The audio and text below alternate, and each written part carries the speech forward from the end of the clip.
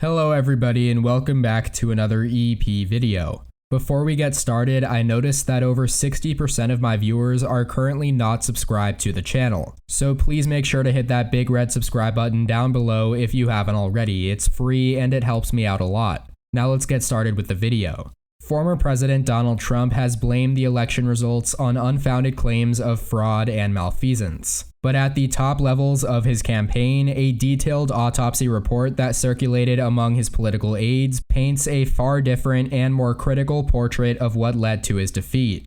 The post-mortem states that the former president suffered from voter perception that he was not honest or trustworthy, and that he was crushed by disapproval of his handling of the coronavirus pandemic. And while Trump spread baseless accusations of ballot stuffing in heavily black cities, the report notes that he was done in by hemorrhaging support from white voters. The 27-page report, which was written by Trump's chief pollster, Tony Fabrizio, shows how Trump's advisors were privately reckoning with his loss even as the former president and many of his supporters engaged in a conspiracy theory-fueled effort to overturn the election. The autopsy was completed in December of 2020 and distributed to Trump's top political advisors just before President Joe Biden's inauguration. It is unclear whether Trump himself has seen the report, but all of the findings are based on an analysis of exit polling in 10 battleground states. 5 of them, Arizona, Georgia, Michigan, Wisconsin, and Pennsylvania, are states that Trump lost after winning in 2016. The other 5, Florida, Iowa, North Carolina, Ohio, and Texas, are battleground states that Trump won in both elections.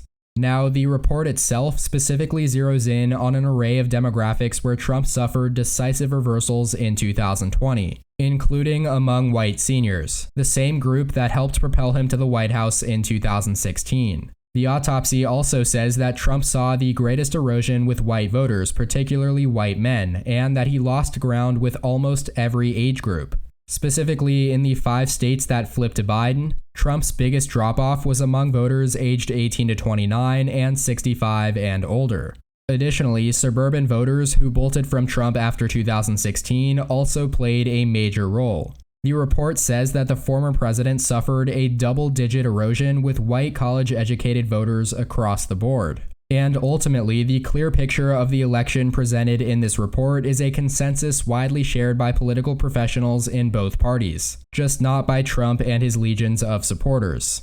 Trump never offered a concession to Biden, and up until his final days in office, he clung to the debunked idea that the election had been stolen.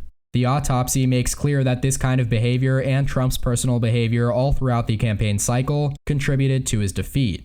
Fabrizio wrote, Biden had a clear edge over POTUS on being seen as honest and trustworthy. Furthermore, Trump's response to the coronavirus pandemic was also critical. The autopsy says that coronavirus registered as the top issue among voters and that Biden won those voters by a nearly 3-to-1 margin. A majority registered disapproval of Trump's handling of the virus as well. In fact, a majority of voters said they prioritized battling the pandemic over reopening the economy, even as the president put a firm emphasis on the latter. And finally, roughly 75% of voters, most of whom favored Biden, said they favored public mask-wearing mandates. If that was already not bad enough, the report also indirectly raises questions about the Trump re-election campaign's decision to pause advertising on TV over the summer and save resources until the fall. According to these findings, nearly 9 in 10 voters had made up their minds about whom to support by the final month of the race. Meanwhile, advisors to former Vice President Mike Pence brought in multiple pollsters to brief him on their conclusions after the election, according to a person familiar with the discussions.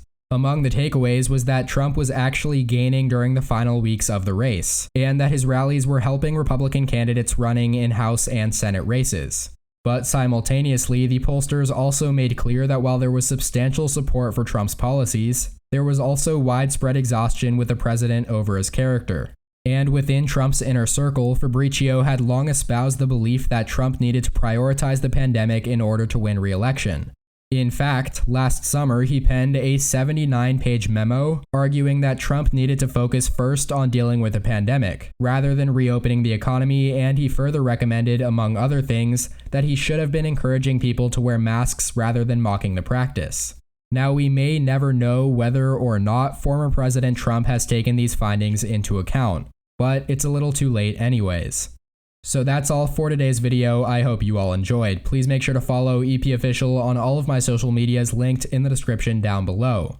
Also, make sure to comment your thoughts and opinions in the comment section, and please hit the like button if you liked the video as well. Make sure to subscribe if you haven't already, like I said. Thank you all so much for watching. Check out more content from my channel here, and as always, tune in next time. EP out.